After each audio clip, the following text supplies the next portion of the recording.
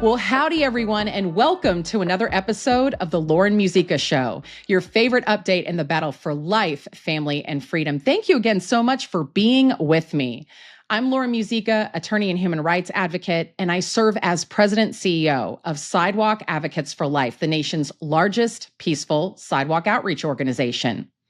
When newly certified, newly trained sidewalk advocates go out to the sidewalk outside of their local abortion or abortion referral facility, many times they are concerned about security guards on the property watching their every move, and the abortion workers themselves who sometimes come out and spew vitriol at them. But the truth is, it's really a group of volunteers called abortion center escorts who cause the most trouble and create the most chaos on the sidewalk. Abortion center escorts are women and men who volunteer their time outside the abortion or abortion referral center to guide clients inside, and who seem to delight in concocting crazy ways to interfere with our sidewalk advocacy. You would not believe some of the things that sidewalk advocates have experienced at the hands of these abortion center escorts. So today, thanks to a special request from one of our supporters and donors, Carolyn, who was so intrigued when I mentioned some of our run-ins with escorts over the years, I'm joined by members of the Sidewalk Advocates for Life national team, specifically our programs department, who advises our leaders across the United States. We are, and beyond really, we're going to share the not so good and the absolutely ugly situations we have found ourselves in. So buckle up. This is going to be quite a ride. So again, let me go ahead and introduce the Sidewalk Advocates for Life regional programs managers, the lovely ladies on our national team who each advise a region of our leaders on the front lines, leading a team of sidewalk advocates in prayer and outreach at their local abortion or abortion referral facility, or those who take their advocacy out into the proverbial town square, out into a high traffic area. So with us, here they are, yay, is Susan O'Neill, who advises the East, Melissa Yeomans, who has the Central United States, Linda Freire, who has the Southeast, Elizabeth Richards, who oversees the West, Kelly Lamb, who oversees South Florida and our international locations, and Briana, I have to channel my inner Italian for this, Zappavigna, who has Colorado. Welcome, ladies. So good to have you with me today. Awesome. Okay. We are going to dive right in. This is going to be quite a party, quite a roundtable discussion. I can't wait for y'all to hear from them, their stories, their wisdom. This is what they do day in and day out, right? Encouraging our leaders in the midst of the spiritual battle. They've got a lot to share. Okay, so first, let's go ahead and define, because this is what we do in school, right? We define our terms before we jump in, right? What is an abortion center escort, and how does the abortion industry make use of them? So let me go to Susan, and then we'll hear from Melissa. So Susan, what would you say to that? Thanks, Lauren. So an escort is someone who has been recruited by the abortion facility that works to distract potential clients from speaking with pro-life advocates. They're usually volunteers, but are sometimes even paid by the abortion facility. Yeah, there you go. Nice and concise. Melissa, tell us about abortion center escorts and how you support people, what you see from them as a regional programs manager. Yeah, so abortion facility escorts, they can come in all stripes and all types. There's a kind of a range, really. There are some people who are just, they have reacted and responded to maybe some aggression that has come from different pro-life individuals on the sidewalk, and the abortion industry will call in, saying, our clients or our patients are being harassed by, people, we need you. And I think some come as a response to what they see happening on the sidewalk. Others are, and then there are abortion facility escorts who, may just be very motivated personally based on their experience or their beliefs. They believe in abortion. They believe it's a good solution. They believe women need abortion. And so they have really bought that that lie, hook, line, and sinker, that abortion is necessary health care. And so they come out because they want to make sure that transition from, out in the community and into the facility is not, there's no intervention, and that these offerings, these healthcare offerings, the direction to pregnancy centers and such, they want to intervene because they trust the abortion industry. They don't trust Sidewalk Advocates for Life. And so they're there to just make sure that we don't have that opportunity to provide additional supports or resources. And they try to get right in our way. Yeah. And to your point, Melissa, I've found that most abortion center escorts have one or more abortions in their past. And it really is a mode of pain and justification that keeps them there, that motivates them to go out, right? We always hear the line from the other side, trust women. And it's so funny to me that these folks, quite often volunteers, sometimes paid by the abortion industry, are sent out to, quote unquote, escort the women inside, but interfere with our First Amendment right to hand them information, to let them know about life-affirming alternatives, to let them know that there's a pregnancy resource center that's going to service them for free next door or down the street. They work so hard to do this because, like you said, they're trying to put doubt in the minds of clients. They're trying to thwart our life-saving, potentially soul-saving message. They don't like that we're stealing their business on one hand, but they also don't like what we stand for and the message of life and love that we're often offering many mornings on the sidewalk. So it really is something to think about. I want to go to Linda and then Briana on this. How can this, meaning the presence of abortion center escorts, be a sign that sidewalk advocates are being effective? And I just want to say, again, if you don't have abortion center escorts, that doesn't mean that you're not effective on the sidewalk. Sometimes there's limited resources that an abortion facility has, or there's another reason why escorts can't come out. But we have found that quite often, if there are escorts there, there's a reason for it. So, Linda, what would you say to that? Yeah, sure, of course. Thanks, Lauren. So I definitely think, especially when serving our leaders as well, and personally for me in the South Florida region, we had specific escorts coming in very surprisingly. And from there, we were all very alarmed and very shocked. Even our sidewalk advocates were there. People, prayer warriors, people were like, what is going on? And in that moment, I was able to serve our people there on the grounds and let them know that it is okay. Like, let's continue with our mission and letting them know that this is something that, obviously the enemy doesn't like and is happening. So, specifically in that location, the escorts started coming one by one. And it was interesting how they have a strategic way of doing things on the sidewalk. And very, very distracting, different things from noises, signs, music, all the stuff. And so from there, which was really interesting, is that they started doing all the chaotic things that they did. And we continued with our our mission on the sidewalk. And then shortly after, every situation is different for each location. But shortly after, that facility shut down. And it was so incredible to see that, because there was a moment of temptation to really just step back and say, well, this is happening. I don't want to be part of that. But we were able to stand our grounds amidst all the chaos that was happening, and God prevailed. And what was happening is that these escorts were there, all the stuff was happening, and we continued to go out on the sidewalk, and that facility shut down for good. And it was one of our first facilities that shut down here, and so far has only shut down here in South Florida. So it was a huge victory, huge victory. Yeah. Yeah. And it really shows that they knew that they were potentially teetering on the edge of closure, sent those escorts out to try to interfere with your life-saving work and message, right? Which was diverting women away from the abortion industry into the arms of a pregnancy care center that would actually care for them holistically and for their baby, right?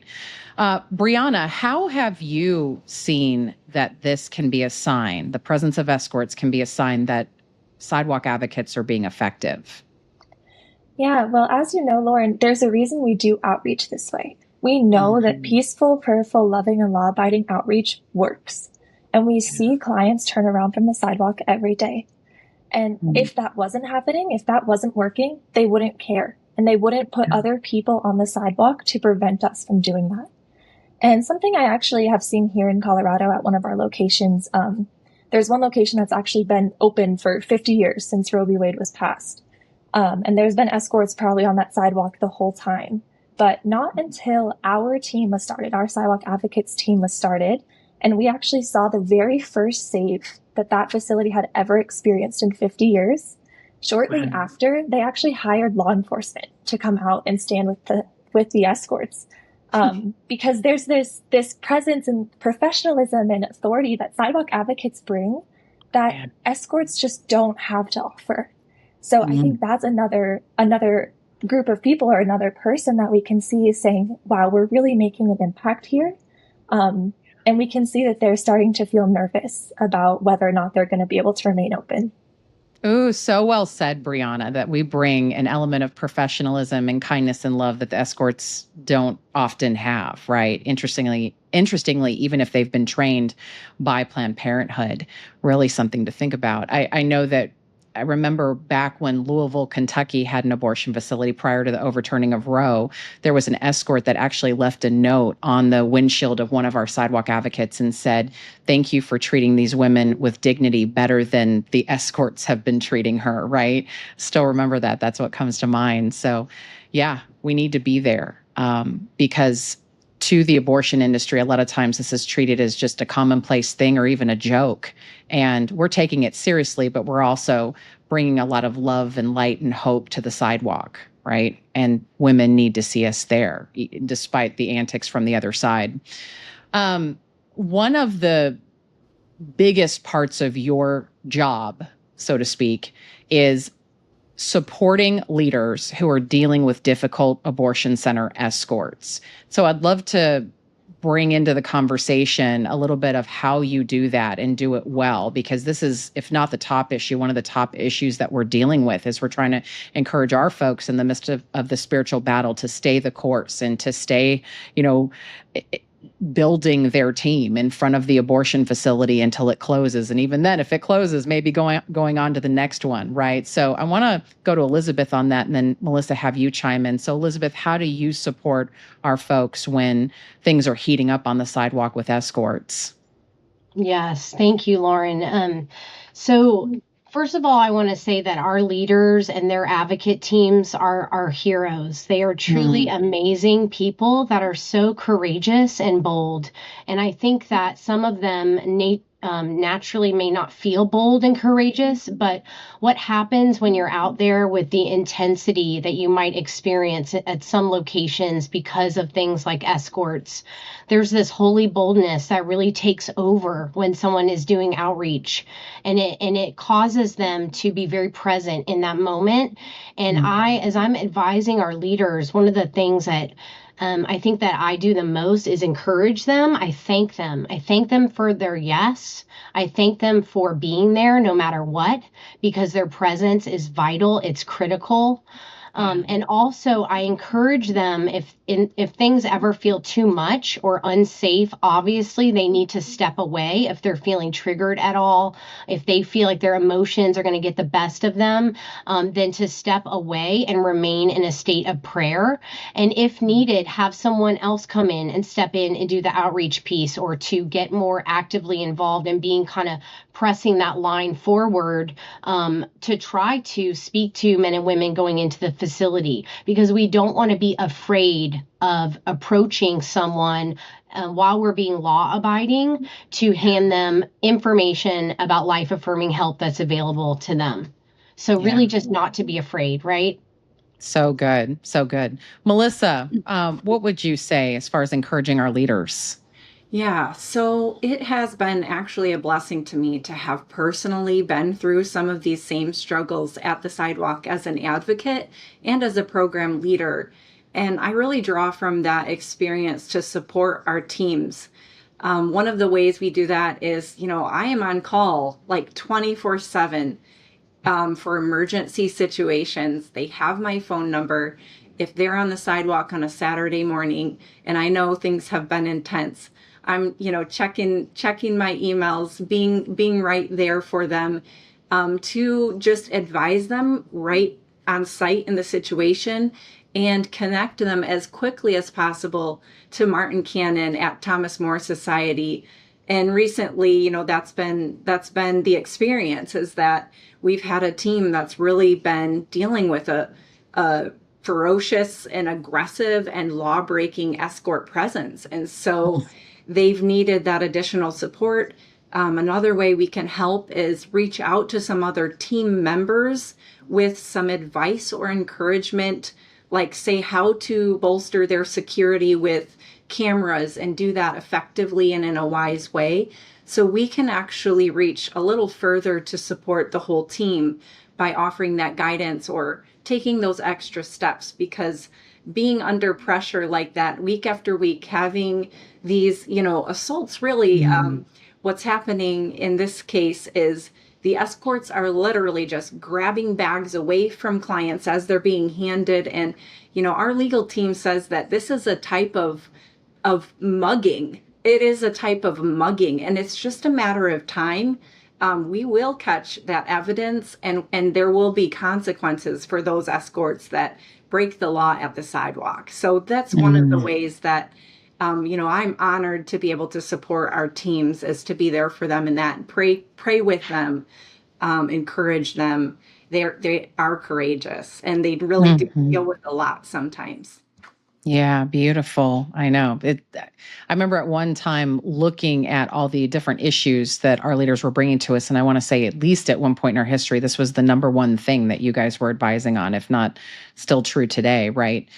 How do we see this reflecting the spiritual battle? Because I think we can all agree as people of faith that this is not just somebody coming out to harass sidewalk advocates for fun. There is an enemy in our midst, and he loves to press buttons, and he loves to cause chaos, and he loves to throw us off our game and get us to not focus on our mission, right? Be distracted by the crazy that's going on around us sometimes. So I want to go to Linda on that, then Kelly, Susan. So Linda, what would you say to that? Well, as we know, and you mentioned very, very clearly, is that we see what's happening with the behavior of these escorts and the people. Even if you want to mention abortion workers and all of that, we see their behavior is off. Their behavior is not normal. It's not peaceful. And so we know that this is not from God. And so the enemy wants to tempt, let's say, the other person to respond and kind of meet them where they're at in that way of chaos and all of that and distraction. So we could see that this is a spiritual battle. And so immediately, obviously it's the importance of being armored in Christ. And I spoke to one of our leaders a couple of days ago, and she was, just telling me that it is unfortunate, and you had mentioned this before, Lauren, is that most of these people, if you actually are able to have a conversation with them, that they're so deeply hurting. They're so deeply hurting in that way, that this is their way of responding out of woundedness, because there's so much healing that needs to happen that it can't happen in that moment, that the way of responding is being the opposite of what we're doing. And so that we know is that main spiritual battle, and we can work from there. If we can see it from the lens of how we're usually trained as sidewalk advocates, then we can truly respond out of love with the escorts that are there. And so this is a new way of just really seeing that perspective of in the human level. One of our leaders told me the same thing, and she said, see that person in the human level and things will change. And so that's so huge. That really, really helps so much. And, she even mentioned, she said, Lauren Musica said it perfect. It says, we are the hands and feet of Christ. And why not be the hands and feet of Christ to these escorts too? And so see them that way in the eyes. So we know that this is a spiritual battle. So have that mentality. And so, this is basically what it is. I mean, we even see a lot of things that are happening visibly with how they do everything with satanic symbols and everything else that happens. It's just chaotic, and it's not of God, unfortunately, So. Yeah. I mean, you mentioned satanic symbols. We have had so-called witches on the sides of buildings casting spells. We have heard satanic music being blasted. We've seen it all out there, right? There was a man who came out to the sidewalk once in Houston. This is, of course, prior to Roe being overturned, because abortion is now illegal in Texas. But so this abortion facility, he would come out and he would pray over the Sidewalk Advocates a pagan prayer for the environment, right? And I happened to be out on the sidewalk that day, and I felt like I got hit with something. Like this heaviness suddenly hit me. I had to go around the corner, turned into a charismatic Catholic, had my hands in the air. I was praying, right? And I was just like trying to shake off whatever it was that he was doing. And I'm telling you, it took about a couple of minutes, and then I felt just this weight lift from me and this peace enter, right? This is real stuff. We see some crazy stuff. Kelly, how have you witnessed the spiritual battle play out with these folks and with other abortion workers at these sites? Well, at this moment, in South Florida and Latin America, we don't have escorts. Mm-hmm. But definitely we have faced aggression from abortion workers and even from the abortionists. And it is a strong and heavy spiritual battle to be on the sidewalk. They try to intimidate us, distract us from our mission. And we know that their purpose is to discourage us and take away our peace. Yeah. That's why it's important for us to be in a state of grace and remain prayer before, during, and after going to the abortion facility. Yeah, so good, so good. Susan, let me have you cap that off. How have you seen the spiritual battle play out right in front of your face with these escorts and beyond? I have seen it play out, I believe, in every which way so far that it can play out. But just to Kelly's point, the importance of being strong in your faith, of remaining in prayer. I always like to think of myself as a lighthouse in the middle of a storm. But, a lighthouse probably needs to get repainted now and then, or there are things that have to be done to fortify that. And we have to do the same thing. I think it's so important for our advocates and leaders to remember to have some cleansing prayer when it's over, because we know this is spiritual and we don't want anything dark or negative that's not of the Lord going home with us. So in addition to that, I think finding time for you and your team to maybe have a retreat or a prayer session, or just to step away from the volatility of the sidewalk, just to strengthen themselves and to rest in the comfort of the Lord, because you can't pour from an empty cup. So we have to make sure that we're strong in everything before we go out to offer that to others. Yeah, so true, Susan. I will say too, we're not the only ones that feel and witness the spiritual battle. I've seen clients be very affected by this, right? I remember early last year, I think it was my first abortion facility visit of the year. I was at preterm in Cleveland, Ohio, the largest abortion facility in the state of Ohio. And I still remember I'm at the cusp of the driveway, handing out information to clients going in and out, talking to the abortion workers in between. And all of a sudden, the door of the abortion facility swung open, and this girl, like this beautiful, probably about 25-year-old young woman, made a beeline for me, like came right out to the sidewalk. And she's like, her hands are shaking. It's like she was shaking off something. And she goes, oh my gosh, thank God I'm out of there. And I just looked at her like, whoa, what just happened, right? And I looked at her and I said, wow, you just changed your mind, didn't you? And she said, yeah, I think I did. But it's almost like she got gobsmacked by something while she was inside. I don't even know if she was a believer. I have no idea what her faith background was.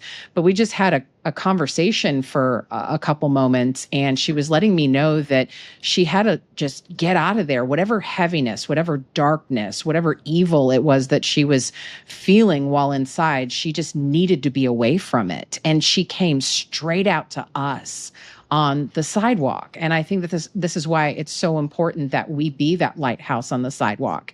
And we don't need to look fancy. Again, we love to wear a uniform out on the sidewalk, so we amplify our professionalism. So I'm in my safety, my blue safety reflector vest that has our logo on it, lets them know I'm a volunteer that day. And, my hair's combed and I look like a normal person. That's important too, right? But she was looking for safety on the sidewalk.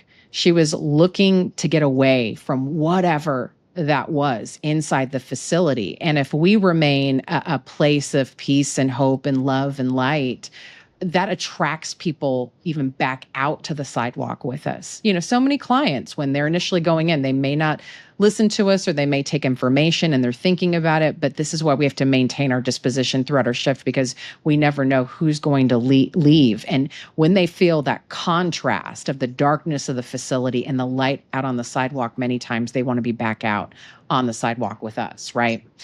Well, let's go ahead and dive into some stories here. We all have stories with abortion center escorts. I'm going to tell a couple really quick, and then I'm going to bring in Elizabeth, Melissa, Susan, and if we have time, Linda on this in that order. But all right, so my couple of kind of top abortion center escort stories are, now one of them is not with me. I didn't experience it, obviously, but I think of one of our top leaders in the country, Father Peter, who is actually at the largest Catholic parish in the country, in North Carolina, in the Charlotte area. He would frequently go out to the sidewalk and pray and hand out loving, life-affirming alternatives to those going in. And when he would be out there, the escorts would draw satanic symbols around his feet. And then someone got a sign, and my understanding is they also did this to other male sidewalk advocates on the Charlotte team, but they would hold a sign with an arrow towards him, and it said child molester. And all I can think about is, if you know Father Peter, he is amazing. Like, so kind, down to earth, self-sacrificial. I don't even need to say anymore, right? Yes, there's a few priests in the church that have really hurt people, and there's no excuse for that. But to brand this man who has no fault in this regard in that way, while he's trying to actually serve women and families who are in crisis, is unbelievable to me, right? Absolutely unbelievable. Another story that comes to mind, we had an old team member, Bethany, and Ramona, former Planned Parenthood manager that sometimes went on trips with us to minister to some of our leaders. But Bethany and Ramona were at a site in Arizona, and this escort had been banging a cowbell. She banged a cowbell in Bethany's ear most of the time that she was on the sidewalk trying to talk to women and men going in. And then at one point, I guess this just must have been comic relief, like no kidding. I'm going to go ahead and say this, right? The escort leans over to Bethany and goes, "I hope you get a yeast infection, and I hope it itches." And Bethany just died laughing inside, right? And couldn't wait to tell us about that. But it was almost like really welcome comic relief at that point. So anyways, I've heard it all. I've seen it all. Like I said, I've been out on the sidewalk when actually half the time I didn't know satanic music was playing. I was like, oh, they're playing hard rock. And then somebody later was like, no, that was satanic music, Lauren. And I'm like, oh, wow. I didn't even know. I don't know. Maybe I was prayed up and I didn't realize it. But all right. Elizabeth, let me go to you. Crazy abortion center escort story. Sure. So as you were just sharing that story about Bethany, Lauren, I can't help but think to myself, what other professional healthcare services do you go to where you have people with cowbells and people dressed in rainbow vests playing loud music, dancing provocatively, yelling vulgar slurs at you, physically shuffling the clients into the building to receive their health care? I mean, really, truly, it's very eye-opening if you ever get to experience this, because it's truly shocking that this goes on, to be honest, that professional healthcare services are actually having this and promoting this in front of their facilities. Right. So the two that I can think of, I was on that sidewalk with Father Peter in Charlotte. Praise God that facility closed down and 3 abortion workers left. It did. Abortion clinic and got help with, and then there were none. So that battle was not for nothing. So God shut that place down.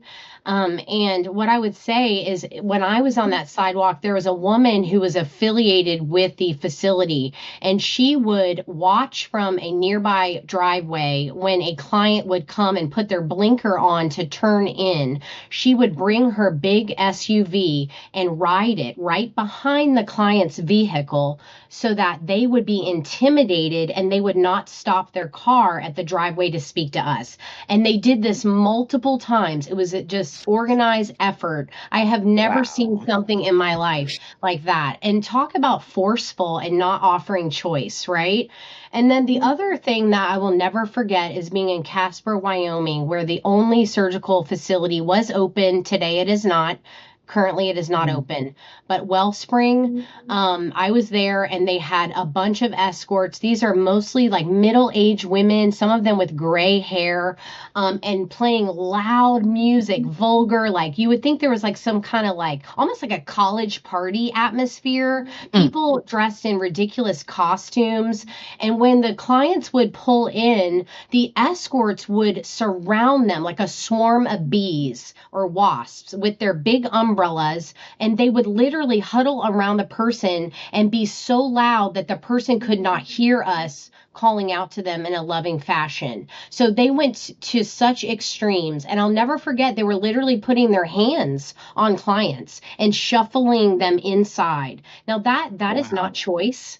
And I'll never forget that. And thankfully, those escorts were gone one day. And shortly thereafter, that facility closed down. So I'll let you pass to the next person. Wow. Yeah. So, wow. I mean, wow. What do you say? Melissa, what do you got? Yeah, so I just want to, again, Elizabeth shared that this is really anti-choice, these antics we're seeing. So many of the clients, they don't know about the help available. And many of the ones who've chosen life have said, we were undecided, and we were praying for a sign or some reason that we could, grab a hold of to hope and to choose life. So that is really the part that's so hard, is to know that these women, they really truly do want the support we're there to bring. So for me, there's a few. I'm going to start by saying in Grand Rapids, there was a crazy incident where a man just came unhinged and threw some dog poop. He had his dog with him at our advocates, that was crazy. But a situation happened out of state. One of the ways we support our teams is when we know that they are dealing with this intense pressure from the abortion industry and escorts, we sometimes take a visit out to a sidewalk and, just do an assessment and support that team. So on a trip out of state, we were working as a team, and we had coordinated a wonderful way to have really great access to a window. These escorts were kind of unaware of that. And the moment they realized that I had, a clear line to the window and I was speaking with somebody pulling into the facility, she comes running right at me. And, the moment that this car ended up pulling on through, I'm turning because I can see somebody coming at me out of my side vision. I turn, this young lady puts her shoulders back and sort of just like chest bumps right into me.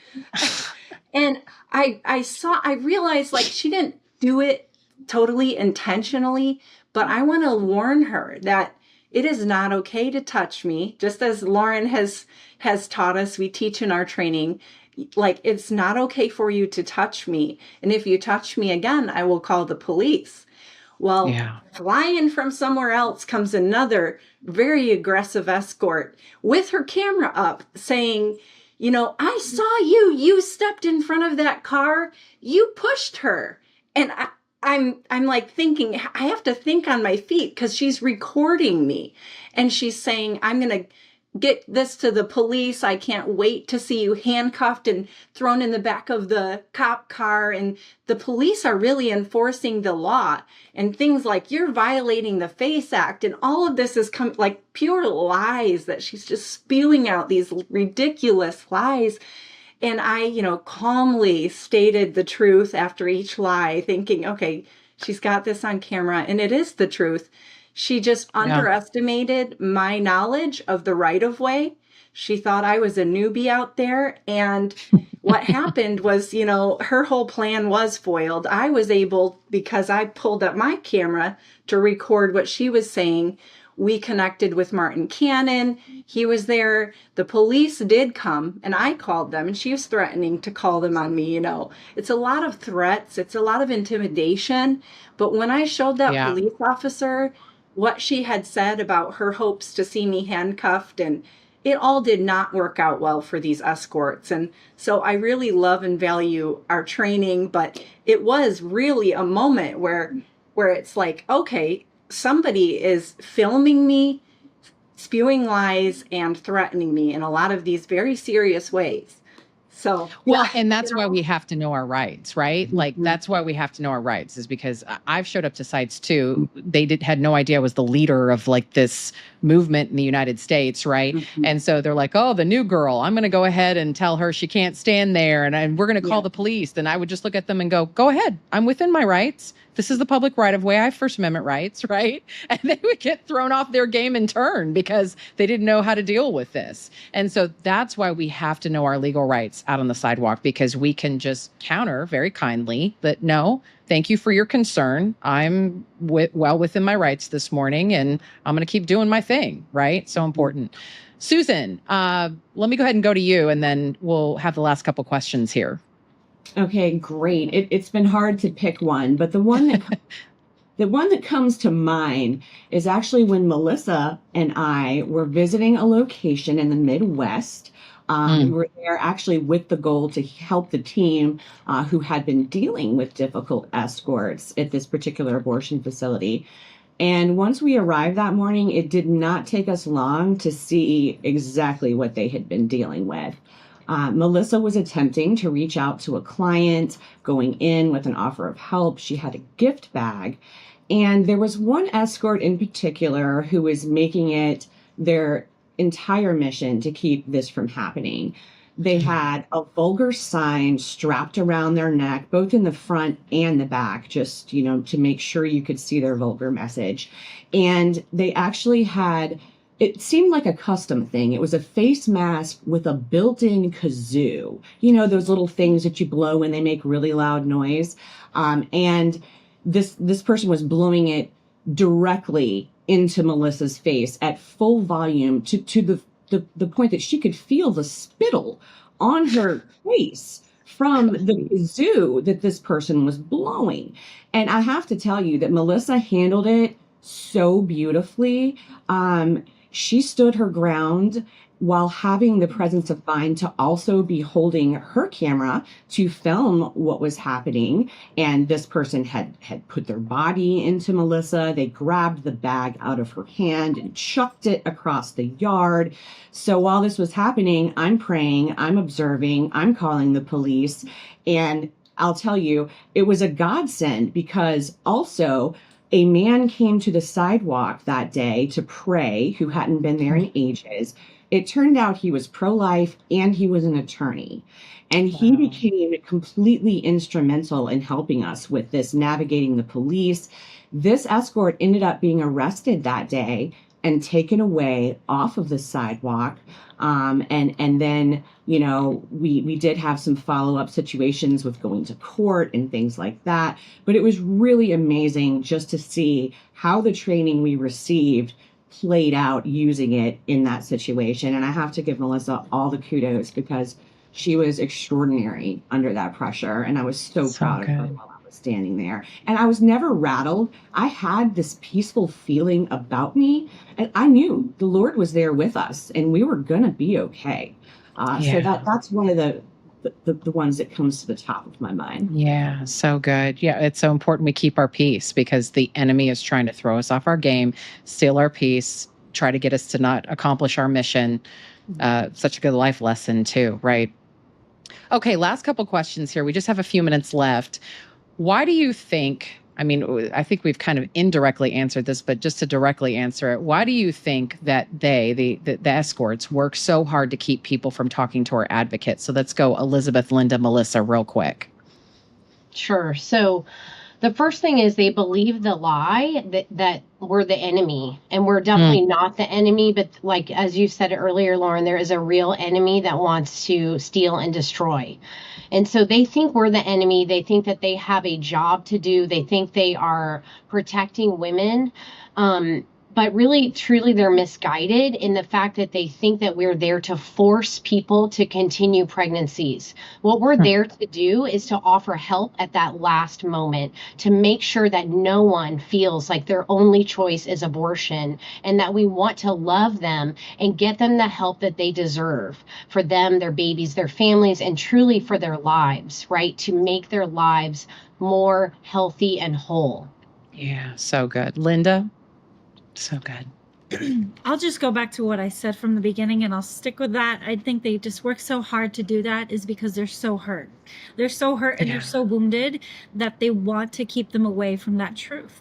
From exactly what Elizabeth was saying, of that truth of really receiving loving, affirming resources and help, of really stepping into that light, that they're still into that darkness. So they want to keep their bubble of darkness and bring people into that darkness that they're in, unfortunately, right? And so that's their mission, and that's unfortunately what they're doing, Yeah, so true. Melissa? Yeah, so I think a lot of times it's a spirit of despair, truly, of life, that they really are in a place where that beautiful gift of life, the value of the bond that a mother has with her preborn baby, and that relationship and the sacredness of that, they're in despair of life. They believe that life may not be possible for this woman, and that abortion is a good solution.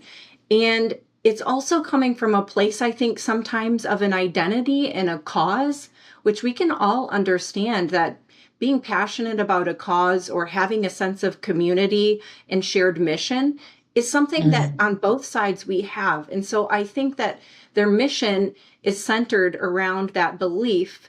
And it's rooted in pain, and also rooted in just that belief that abortion is a positive or a necessary thing, and that we're the ones who are, being rude, being, just not respecting women. So I think they're coming to it with a lot of different things, and that this is their cause, this is their community, this is what they want to fight for, and they're just. Sometimes it's been really beautiful to see that when they find out that we are really actually there helping people, some of that deflates when they can experience the love of Christ through us and our kindness, although they're there standing, to create chaos for us. They actually can have a change of heart about it, and even not intervene when we're communicating with clients. And so, I do think that it's coming from a misguided compassion, really, truly. Yeah. Great answers. I think this leads perfectly into the next question, which is why it's important to pray for escorts and abortion workers. We do see a lot of these folks leave. We do see a lot of these folks find healing and peace and hope, right? So they are not a lost cause by any stretch, just like not a one of us is a lost cause. We all have a story of coming to Christ and finding his grace, right? So 30 seconds or less. Kelly, why is it important to pray for abortion workers and for escorts? Oh, you're on mute. It's very, very important to pray for escort and abortion workers, because our mission on the sidewalk is to be the voice, the hand, the feet of Christ. And our desire is the conversion of everyone in the abortion industry. Yeah. Through our presence on the sidewalk, we develop relationship with abortion workers and escorts. We know that they are in a spiritual battle, and we are there to support them with resources available from, and then they were known, which is a great organization from Abby Johnson.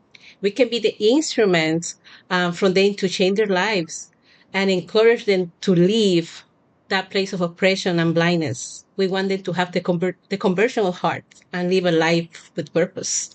Yes, amen. Briana, 30 seconds or less. Why is it important to pray for abortion center escorts and workers? The last thing I'll say is we know that there's power in sin, and that these evil spirits are real, and that regardless of maybe their involvement with the facility or maybe their own experience with abortion, that the only thing that can battle these spirits is prayer. And the reality is that lots of these people are not praying for themselves, and they're not a part of a community that's praying for them.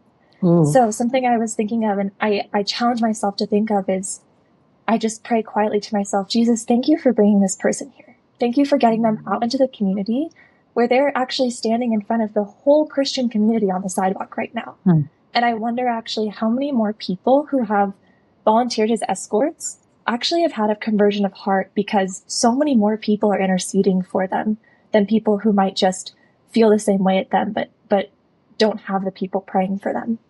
You almost made me cry, Briana. That is so true, right? Nobody may be praying for them except for us. Nobody may be loving them, showing them the love of Christ except for us. What an opportunity. Susan, let's cap it off with your perspective on this. I would say because each and every one of them is also a child of God. And while we're out there to save lives, we're also out there to save souls and see people find their way to Christ. And I love that this part of our ministry, exists, because it is so important. And I'm so grateful that we have our wonderful friends at And Then There Were None to direct the workers and escorts to when they're ready to leave the industry. For those that don't know, maybe, And Then There Were None helps people in the abortion industry leave their jobs, rediscover the peace and joy that they've been missing. And if you'd like to learn more about them, you can check out their website at abortionworker.com. Love that. Love our friends at And Then There Were None, who are receiving all the workers that we're sending them, because we get to do the crisis intervention. They do the ongoing crisis management, meaning they bring them healing. They bring them opportunities to attend healing retreats. They have vocational opportunities, connecting them with a resume writer and job opportunities and all of that. We're so grateful to our friends at And Then There Were None, started by former Planned Parenthood director Abby Johnson, who left the industry years ago and has helped over 700, at this point in history, 700 workers leave the industry and find hope and healing in Christ. So awesome. Well, ladies, I am so grateful to God for you. We know that we can't do this alone. We do this as the body of Christ. Thank you for supporting our saints, our saintly leaders, and our saintly sidewalk advocates on the front lines each and every day. And for those who are listening right now, if you would pray a special prayer over our regional programs managers who are pouring into our leaders, who are then pouring into our sidewalk advocates, and who in turn are pouring into the women and the families who are entering the abortion facility. We so appreciate your prayers. And we continue to see so many victories on the sidewalk, even with workers coming to Christ and finding hope and healing themselves because of your prayers and your support of this ministry. So thank you to all of you who are listening for offering up your prayers and your support of the ministry today. And ladies, I love you. You guys are the best in the world. Thank you for all that you do, and keep up the great work. Thanks so much. Bye-bye. All right, we're going to get ready to do a closing thought here. Okay, so I promised that this would be a little bit of a wild ride. I hope you got some laughs in there about some of the antics we have witnessed and experienced. And I hope you got a ton of insight into sidewalk advocacy itself in the midst of a heated environment in the culture right now. But even beyond that, I hope you have maybe just the start of some sympathy for these folks who find it so easy to be hurtful to their fellow human beings, all in the name of abortion rights. These folks' moral compass is definitely out of whack.